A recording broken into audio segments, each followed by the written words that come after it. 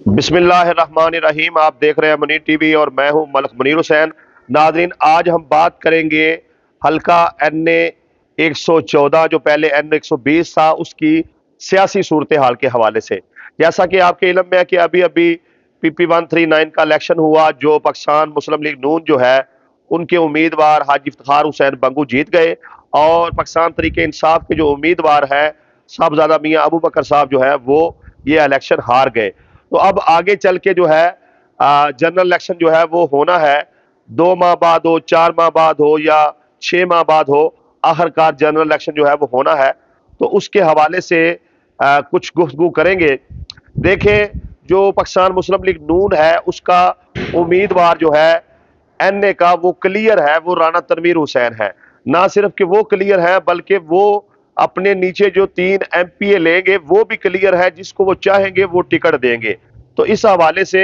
ये एक बहुत बड़ी कामयाबी है राना तनवीर हुसैन की कि उनको अपनी मर्जी से MPA जो है वो इंतखाब करने की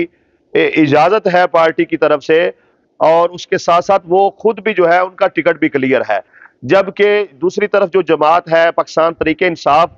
उसका उम्मीदवार अभी तक जो है वो क्लियर नहीं है। पार्टी ने अभी तक जो है वो नहीं बताया कि टिकट जो है वो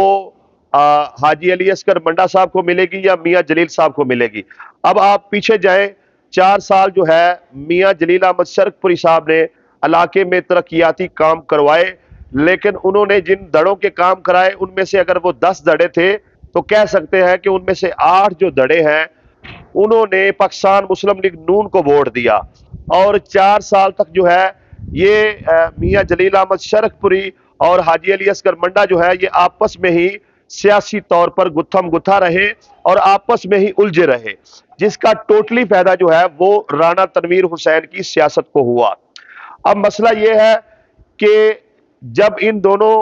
दड़ों का यानी कि पाकिस्तान तरीके इंसाफ का जो है वो उम्मीदवार ही क्लियर नहीं है,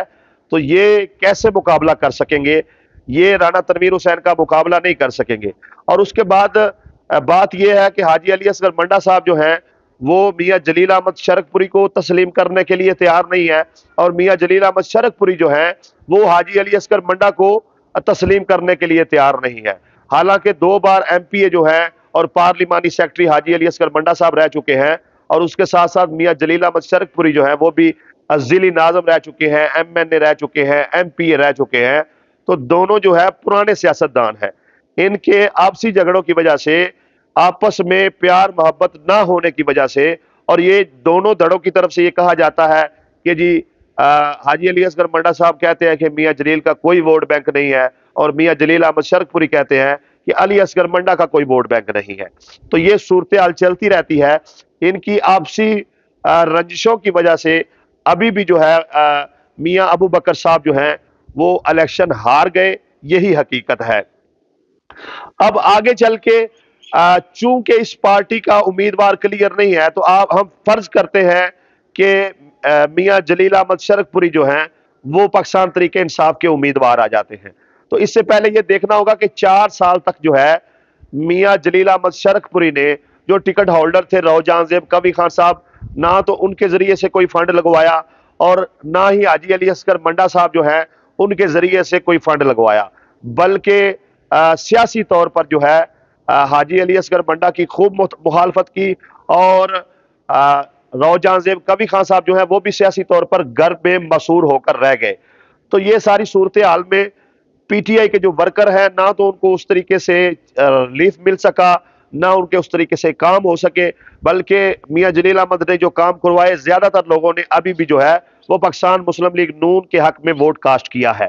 तो इस सारी सूरत हाल को मद्देनजर रखते हुए हम ये बात कह सकते हैं कि अगर इसी तरीके से पाकिस्तान तरीके इंसाफ के ये दड़े जो हैं, ये जो ग्रुप हैं आपस में सियासी तौर पर उलझते रहे, तो इसका सारे का सारा जो फायदा है वो राना तनवीर हुसैन को होगा। अभी ये सारे इकट्ठे थे, इसके बावजूद जो है ये एक MPA को नहीं जितवा सके। तो ये, हालांकि ये इलेक्शन जो है हाजी इफ्तिखार हुसैन बंगू का था, और राना तनवीर हुसैन भी ये कह चुके हैं कि ये तो सिर्फ ट्रेलर है, पिक्चर अभी बाकी है। यानी कि उन्होंने आगे भी कुछ सरप्राइज जो है वो रखे हुए हैं, जो आइंदा अपने इलेक्शन में जो है वो इस अपने सियासी मुखालिफिन को देंगे। तो बात यह है कि ये जो पाकिस्तान तहरीक इंसाफ के जो धड़े हैं, मियां जलील अहमद शरकपुरी और अली असगर मंडा, अगर ये आपस में ऐसे ही उलझते रहे तो अगली बार जो है ये कन्फर्म है कि जो एमएनए होंगे वो राणा तनवीर हुसैन होंगे, क्योंकि उन्हें पता है मेरा टिकट कन्फर्म है, मेरे एमपीए क्लियर हैं, वो काम भी करवा रहे हैं। तो जाहिर सी बात है कि एक उलझा हुआ इंसान और एक क्लियर इंसान जो है, इनके मामलात में बहुत ज्यादा जो है वो फर्क होता है। तो मैं आपको ये बात कन्फर्म कर सकता हूं कि अगर पीटीआई ने अपना रवैया ना बदला और अपना उम्मीदवार क्लियर ना किया और ये जो दो धड़े हैं इनमें सुलह ना करवाई और ये आपस में मिलकर ना चले,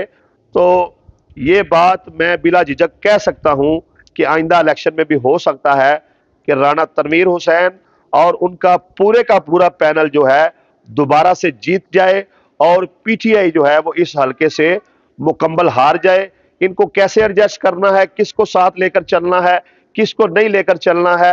ये पाकिस्तान तहरीक इंसाफ का काम है कि अपने जो वोटर सपोर्टर हैं उनके अजहान को क्लियर करे कि जमात कहां पर खड़ी है, जमात के चाहने वाले कहां पर खड़े हैं। आखिरी वक्त तक जो है वो